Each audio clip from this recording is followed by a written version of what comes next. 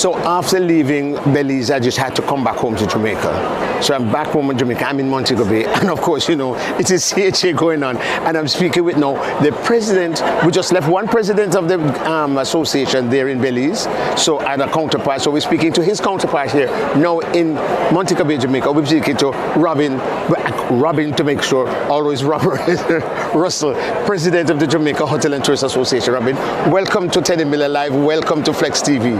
Good to have you. Thank you. Good. Now tell us, you have been having agonizing nights and days for the last couple of months for this wonderful 3 days of show that you have had the pleasure and the honor as well as the heavy task of helping to put together. Tell us what this has been like, this experience. This is your first, what you call, since you've been president, this is your first major show you're putting on. So every year we do what we call JPEX, right? The Jamaica Product Exchange, right? Which is a smaller version of what this is, because that is only Jamaica. As you said, when you start to put now all the other countries and all the delegates, and then you have CTO with all the ministers. Yes. It's if you're not careful, you don't sleep at night. No, it's a logistical nightmare. You know, over 1,000 persons here doing business. You're bringing media, mic. It's just an amazing putting together people doing business, and that's what's exciting, is that the amount of money that's in this room now is unbelievable. It's unbelievable. It will fuel the Caribbean for the next year. The amount of deals that would be signed, the amount of friendships that would be made that will generate money for countries. It's exciting. Oh, exciting it is. I just say it's exciting. Yes, indeed. So, but this is your first event of this magnitude. Yes, definitely. Did it humble you, or it has really challenged you, or a mixture of both? Let it finish first, and then I'll tell you how I feel. And you know, it's just been, what I would say is, it's been a test. Yes. It's been a test of Jamaica because things have gone wrong. But a lot of us would know that. Exactly. You know, we had a major break of a water line. Yes, on the road. I remember that piece. Yes. You know, 10 foot deep, 3 foot pipe, 20 foot long. And you wouldn't know. And that's the resilience of Jamaica. Yes, it's unbelievable how we bounce back so easily. And that's who we are. You know, we bounce back, we make it happen. Nothing can stop us. No. Robin is the president of the Jamaica Hotel and Tourist Association here in Montego Bay, or in Jamaica, but he resides here in Montego Bay. Of course, you know Pier 1. Pier 1 is a place where you can find him, because he's the man who he has taken over. He's the new proprietor for Pier 1, as well as Deja Vu. Is this Deja Vu? Deja, the Deja Hotel on the bottom road, which used to be Gloucestershire. It used to be the Gloucestershire. Good to have you at the program. Now tell me, since you have been president, what has been the most challenging thing for you as president of the Hotel and Tourist Association with all these moving parts of the tourist industry? Every day is a different challenge. The most current one is out of the US, UK, Canada. That has been the most impactful, and we are doing a lot of work to see how we can better improve those travel advisories. They have, I would say, hurt our industry in some way or the other, and slow down the significant growth that we had seen last year. And shows like this are important if we are to prove to the world that Jamaica is where you need to be. So, but those travel advisors, were they really truthful? Are you in a position to say whether or not, or you just have to follow what the State Department says, and then we just have to work around those comments? At the end of the day, nothing changed. So the travel advisory, we've been on a level 3 travel advisory for the last 3 years. And it has not seriously impacted necessarily. It has not changed, but for some reason, this last one just seemed to have gotten more traction. The narrative had changed a little bit, although we were still at level 3. And what we have realized is that if we're going to deal with the travel advisory, let us deal with our issues locally. So, you know, if there's a accusations of sexual harassment. Let's get the data. Let's do some more training. There's an issue of crime. Let's see how we can assist the police in solving some of these crimes. Whether it's through creating more employment, whether it's donating resources from the hotel industry.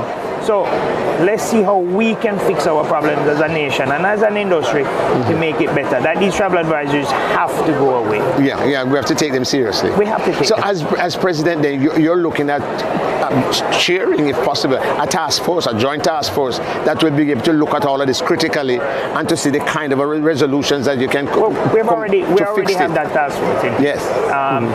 So you're working on fixing it somewhat now. Exactly. Yeah. That's what we're doing. You know, TPDCO has come out with 2 training programs already, one online with certifications. There's another one that's about to be launched again in another week or 2. So we're doing the necessary steps to fix our problems. We do recognize, we don't think the problems are as severe as they seem to be making out. When you have a 0.02% crimes against tourists and you get a travel advisory, you really have to ask yourself what more can be done. Yes, but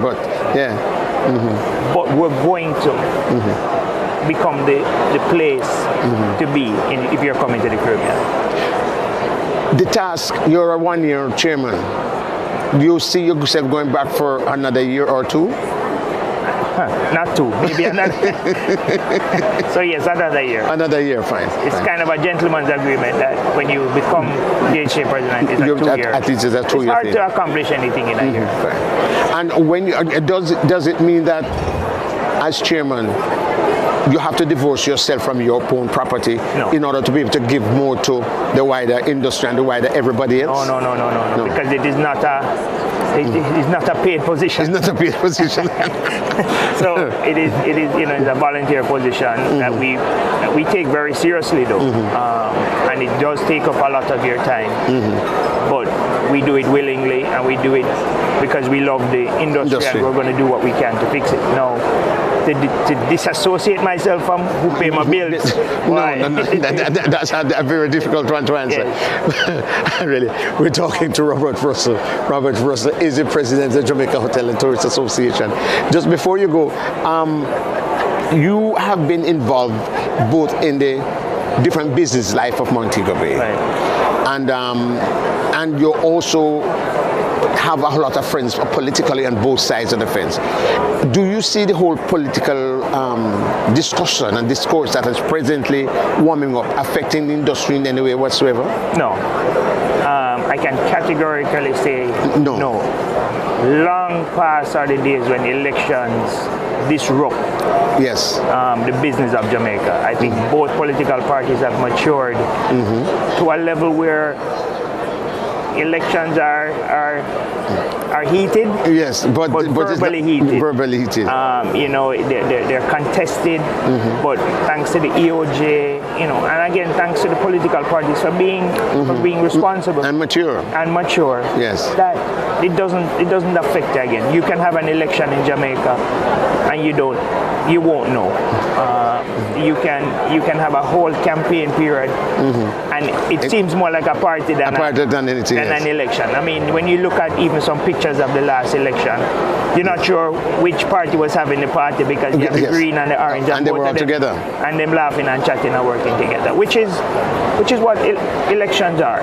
Yes, you must be spirited about who are you defending because there are heated topics that must be discussed. But at the end of the day, Jamaica must come first. And I think we're at that maturity. And you have had no reasons from your position to be able to have to speak to either of the political parties to say, gentlemen, tone it down, or take off the heat or anything of that nature. I think again, tourism is the lifeblood of Jamaica right now. It is what took us out of COVID, and I think there's recognition for tourism. For that. And tourism is very sensitive to anything of that nature, any kind of unrest. And I would say that Jamaica has not seen that kind of unrest in 30, 40 years. Yes. So, no, I don't foresee any kind of having to use my... Warn anybody. No. Listen, Robert, thank you so much for talking to me today and for sharing, and congratulations on a very successful. I know it's a team effort, and certainly there's a tremendous amount of work that went into it. But congratulations, and really for your first major show. I was just a rider on the truck. There were better people driving. There were better people. No, but for the ride, you seem to have been not only enjoying the ride, but really helping to balance the vehicle of state. Thank you very much. Thank you so much for having us. Listen, we're going to continue. We just come to Jamaica. We're going to take a pause, and then we go to another country. Who knows where we end up next? This is Teddy Miller. We're just looking at CHA 2024. Thank you so much. You're most welcome. Yeah, man.